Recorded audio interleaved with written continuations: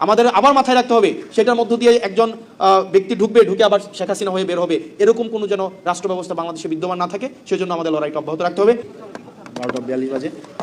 যদিও আমি একটা ইন্ডিভিজুয়াল সেশনে থাকার কথা ছিল জ্বালানি বিষয়ে, কিন্তু এখন আমাকে ব্যাংক বিষয়ে, অর্থ বিষয়ে আমাকে থাকতে হচ্ছে। রাজনীতিবিদদের এটা একটা অসুবিধা, সব কিছুর কিছু জানতে হয়, আর কিছু বিষয়ের সব কিছু জানতে হয়। এই জন্য দেখা যায় আমরা মানে কিছু বিষয়ের সব কিছু জানা হয় না, আবার সব কিছু বিষয়ের সব কিছু জানা হয় না। এটা হচ্ছে আমাদের লিমিটেশনস। ব্যাংকিং বিষয়ে কথা হচ্ছিল। আমার কাছে মনে হয় সামনে বাজেটকে সামনে রেখে এখন ব্যবসায় আপনারা যারা আছেন, আপনাদের একটা বিষয়ে এই সরকারের কাছে আপনাদের একটা দাবি খুব বেশি স্ট্রংলি করা উচিত, সেটা হচ্ছে ট্যাক্স অটোমেশন অথবা ভ্যাট অটোমেশনের বিষয়টা। আপনি দেখবেন কিছুক্ষণ আগে উনি একটা ডেটা দিয়েছেন, আরজিএসসির একটা হচ্ছে রিসেন্ট একটা রিসার্চ আছে, সেখানে 1,28,00,000 টিআইএন ধারী আছে, 1,28,00,000, কিন্তু আয়কর রিটার্ন জমা দিচ্ছে 5.5 লাখের মতো, মানে এটা 5%ও না। আবার আমাদের রেজিস্টার্ড বিজনেস প্রতিষ্ঠান আমাদের প্রায় 1 কোটির উপরে আছে, সেখানে দেখা যায় বছরে 5 লাখ 7 লাখ হচ্ছে আয়কর রিটার্ন দেয়। এটা দেওয়ার কারণও আছে, আপনি যখন আয়কর রিটার্নের যেই ধরনের বর্তমানে যে ট্রেডিশনাল পদ্ধতি, এই ট্রেডিশনাল পদ্ধতিতে দেখা যায় আপনার পেপার কমপ্লায়েন্সের অনেক জটিলতা, এবং কিছুদিন আগে একজন বিজনেসম্যান বলছিলেন এনবিআর যেটা রয়েছে এটা বেসিক্যালি হচ্ছে এখন ন্যাশনাল ব্যুরোক্রেটিক প্রিপারেশনের একটা বলা যায় এনবিআর স্ট্যান্ড ফর।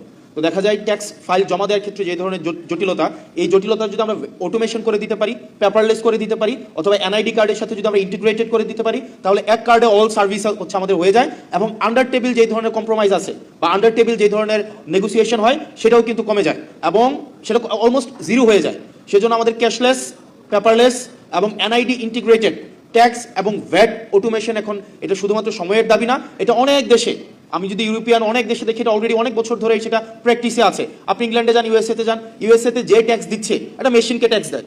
ইউএসএ দেখা যায় আপনি যখন ট্যাক্স দিবেন, এটা হচ্ছে আপনি একটা স্ট্রিটে বিভিন্ন কর্নার বুথ থাকে, আপনি ওখানে ট্যাক্স দিচ্ছেন, ওখানে কোনো আপনি কে ট্যাক্স নিয়েছে কোনো ব্যক্তিকেও আপনি কখনো দেখবেন না, আপনার ওই মেশিনের সাথে হচ্ছে আপনার হচ্ছে কমিউনিকেশন হচ্ছে। তো সেখানে আন্ডার টেবিল কোনো ধরনের কম্প্রোমাইজ করার কোনো সুযোগ থাকে না। বাংলাদেশে দেখা যায় এই জিনিসটাকে পেপার ইন্টিগ্রেটেড করে রাখা হয় এবং ব্যাপারটাকে খুব জটিল করে রাখা হয়। সেজন্য যারা ব্যবসায়ী আছে তাদের সুবিধার জন্য এবং আমরা বেশি করে ট্যাক্স এবং ভ্যাট সংগ্রহ করার জন্য আমাদের বর্তমানে ট্যাক্স এবং ভ্যাট অটোমেশনের কোনো বিকল্প নেই। আর দ্বিতীয় যে বিষয়টা, বর্তমানে আমাদের যেই সংকট, আমরা কিছুদিন আগে যেই জাতীয় সংকটের মধ্য দিয়ে গিয়েছে, সেটা হচ্ছে আমাদের ফুয়েল ক্রাইসিস, একই সাথে সাথে আমাদের এনার্জি ক্রাইসিস। এই ফুয়েল এবং এনার্জি ক্রাইসিস এখন দেখা যায় লম্বা লাইন কমে গিয়েছে, এখন লম্বা লাইন নাই। তবে এটা থেকে আশাবাদী হওয়ার কোনো কারণ নাই, কারণ আমাদের ফুয়েল ডিপেন্ডেন্সিটা যদি আমরা দেখি, আমাদের ফুয়েল ডিপেন্ডেন্সিটা ইম্পোর্ট বেসড, এবং আমাদের দেখা যায় গ্যাস থেকে আমরা হচ্ছে 43% হচ্ছে আমরা ফুয়েল পাই, এনার্জি পাই।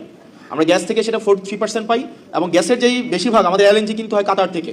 এখন এই কাতারের এলএনজি আমাদের প্রত্যেকদিন প্রায় 4,000 MFCFD হচ্ছে আমাদের গ্যাস লাগে, প্রত্যেকদিন 4,000